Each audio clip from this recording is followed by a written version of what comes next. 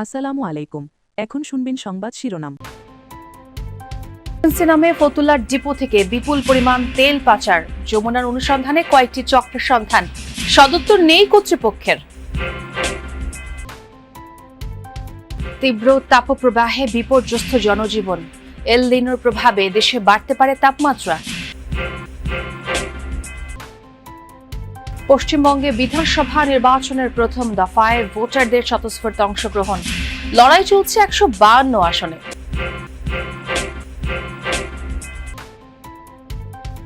নওগাঁয় একই পরিবারের 4 জনকে হত্যা রহস্য উদ্ঘাটন, বাবার দেয়া 13 বিঘা জমি হাতিয়ে নিতেই খুনের পরিকল্পনা, ভাগ্নে ভগ্নিপতি সহ কিলিং মিশনে অংশ নেয় 6 জন।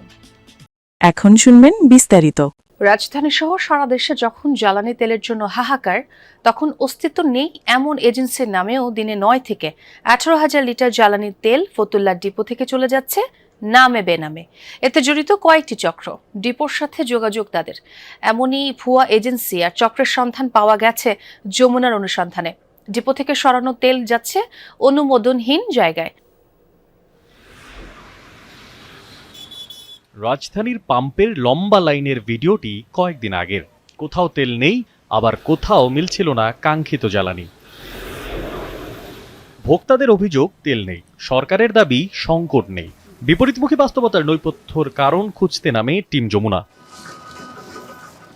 নারায়ণগঞ্জের সিদ্ধিরগঞ্জ দেশের জ্বালানি সরবরাহের অন্যতম বড় ডিপো মেঘনা অয়েল।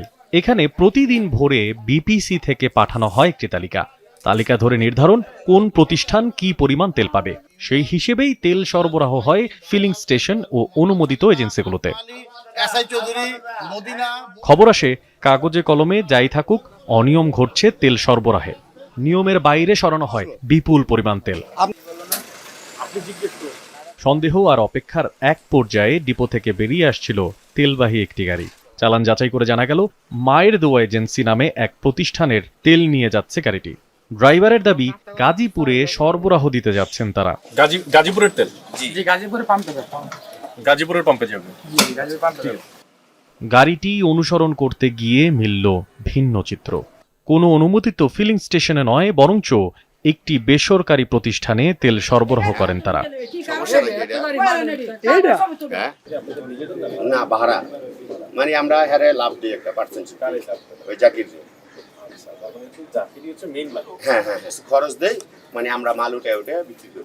হ্যাঁ, একটা ঢাকা, একটা মালিবাগ, একটা হইলো গিয়া কদমতলি, আর একটা হইলো গিয়া মালিবাগ। না আমার কোনো চেঞ্জ নেই, আমার তো তেল দিছি এই জায়গার আমি অর্ডার দিছি 9,000। অর্থাৎ লাইসেন্স বৈধ হলেও সেটি ব্যবহার করছে ভিন্ন কেউ। এই বিষয়ে কোনো বৈধ চুক্তি বা কাগজপত্র দেখাতে পারেনি সংশ্লিষ্টরা। স্বস্তি মেলেনি, বরং দীর্ঘ সারি কোথাও কোথাও বেড়েছে। আবার আমি এর আগের ঘন্টায় যে পাম্পে ছিলাম সেখানে তো তেল দিচ্ছে, আর এখন যে পাম্পে সেখানে তেল এখন এসে পৌঁছায়নি, যে কারণে সাধারণ মানুষ কিংবা যারা চালক রয়েছে তারা এখনো বসে আছেন। সকাল থেকে কেউ কেউ রাত থেকে বসে আছেন। এই যে এমন ভোগান্তি, সেটি বা কতক্ষণ চলবে? আমি যে ফুয়েল স্টেশনটিতে আছি সেটির তেলের গাড়ি বিকেল নাগাদ আসবে, যে কারণে এইসব চালকরা গতকাল রাত থেকেই বসে আছেন। হয়তো এরকম ভোগান্তি নিয়ে এই বৈশাখের কাঠফাটা রোদেই দিনটি তাদের কেটে যাবে বিকাল পর্যন্ত। গতকাল বিকেলে এই পাম্পে গাড়ি আসার কথা থাকলেও সন্ধ্যা প্রবাহে পুড়ছে রাজধানী ঢাকা। অসহনীয় গরমে বিপর্যস্ত জনজীবন, সবচেয়ে বেশি কষ্টে খেটে খাওয়া মানুষ। আবহাওয়া অধিদপ্তর বলছে এই হিট ওয়েভ থাকবে আরও কিছুদিন। হিট স্ট্রোকের ঝুঁকি কমাতে দীর্ঘ সময় কড়া রোদে না থাকার পরামর্শ চিকিৎসকদের। জিহাদ ইসলামের ক্যামেরায় আরও জানাচ্ছেন শওকত মঞ্জু শান্ত। প্রচণ্ড রোদ আর গরম বাতাসে যেন ঝলসে যাচ্ছে রাজধানী ঢাকা। সকাল থেকেই বাড়ছে তাপমাত্রা, দুপুরে তা পৌঁছাচ্ছে অসহনীয় পর্যায়ে। বাতাসে আর্দ্রতা বেশি থাকায় তাপমাত্রা চেয়েও অনুভূত হচ্ছে 2 থেকে 3 ডিগ্রি বেশি। এতে ঘামও বেশি হচ্ছে। তীব্র গরমে কি মানুষ কি পশু পাখি, নাভিশ্বাস উঠছে সবার। সবচেয়ে বেশি ভোগান্তিতে পড়েছেন খেটে খাওয়া মানুষ। রোদে কাজ করতে গিয়ে দম ফেলারও সময় পাচ্ছেন না তারা। অসহনীয় গরমে দুর্ভোগে পড়েছেন সাধারণ নগরবাসীও। প্রয়োজন ছাড়া বাইরে বের হচ্ছেন না অনেকেই। আপনাদেরকে প্রথম শিরোনামে যেমনটি জানালাম, হামে শিশু মৃত্যুর জন্য এবার সংসদে দুঃখ প্রকাশ করলেন প্রধানমন্ত্রী তারেক রহমান। বলেছেন, নানামুখী কার্যক্রম আর ব্যবস্থাপনায় পরিস্থিতি মোকাবেলার চেষ্টা চালিয়ে যাচ্ছে সরকার। 2 কোটি শিশুকে হামের ভ্যাকসিন দেওয়ার পাশাপাশি পরীক্ষার কিট সংকট নিরসনে সরকারের কার্যক্রম সংসদে তুলে ধরেন তিনি। টিকার যথার্থ হওয়ার পরেও চিহ্নিত করতে রোগীদেরকে অপেক্ষা করতে হচ্ছে। এই ব্যবস্থা উত্তরণে খুব দ্রুত কোনো ব্যবস্থা নেওয়া হবে কিনা। গাজীপুর 4 আসনের সংসদ সদস্যের এই প্রশ্নের জবাবে হাম পরিস্থিতির জন্য দুঃখ প্রকাশ করেন প্রধানমন্ত্রী। দুঃখজনক, আমরা অনেকগুলো শিশুর প্রাণ ঝরে গিয়েছে, আমাদের মাঝে থেকে চলে গিয়েছে, বাট সামনে আমরা চেষ্টা করছি যাতে আমরা এই পুরো সিচুয়েশনটাকে ম্যানেজ করতে পারি, সেই ব্যবস্থা গ্রহণ করেছে সরকার। পরিস্থিতি মোকাবেলায় সরকারের উদ্যোগগুলো সংসদে তুলে ধরেন তারেক রহমান। প্রায় 2 কোটি শিশুকে এই হামের ভ্যাকসিনেশন আমরা দিব। টেস্ট করার যে কিটটি, এটির স্বল্পতা রয়েছে সঠিক, এটির ব্যাপারেও সরকার কাজ করছে। এর মধ্যে অনেক কিট এসে পৌঁছেছে, খুব সম্ভবত একটি কিট দিয়ে বোধহয় 3টি শিশুকে টেস্ট করা সম্ভব হয়। কিছু কিট এই মুহূর্তে খুব সম্ভবত ঢাকার কাস্টমসে আছে, এয়ারপোর্টে আছে, সেগুলো আমরা দ্রুত ছাড় করানোর ব্যবস্থা ইনশাল্লাহ। আরেক প্রশ্নের উত্তরে প্রধানমন্ত্রী তারেক রহমান জানান, 200 সরকারি বহুতল ভবন হাসপাতালে রূপান্তর করা হচ্ছে এ মাসের মধ্যেই।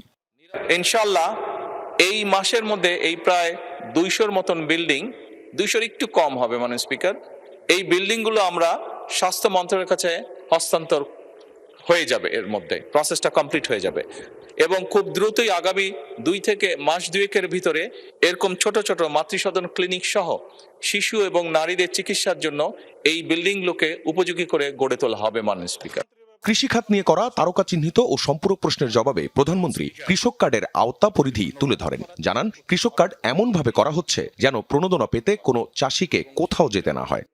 আমরা কৃষক কার্ডে এমনভাবেই করার চেষ্টা করছি, অর্থাৎ ওই নির্দিষ্ট কৃষকের কি পরিমাণ জমি আছে, সে কি ফসল চাষ করে এবং তার জন্য কতটুকু কীটনাশক ওষুধ দরকার, কতটুকু তার সার দরকার, কতটুকু বীজ দরকার, সেটি ইনফরমেশন আমাদের কাছে থাকবে এবং তার এলাকায় ওই ইউনিয়নের মধ্যে যেটি আপনি উল্লেখ করেছেন, সেই ইউনিয়নের মধ্যে মাননীয় স্পিকার আমরা যে সকল দোকানে এই জিনিসগুলো পাওয়া যাবে, সেই দোকানে তার জন্য নির্দিষ্টভাবে বরাদ্দ থাকবে।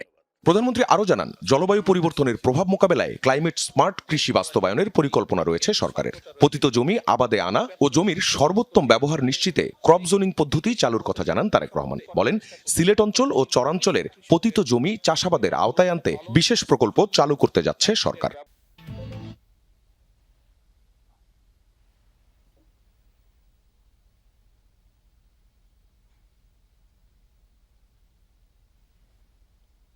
আরও জানানো হয়, সন্দেহজনক হাম রোগীর সংখ্যা 1229 জন এবং গত 15 মার্চ থেকে 22 এপ্রিল পর্যন্ত সন্দেহজনক হাম রোগীর সংখ্যা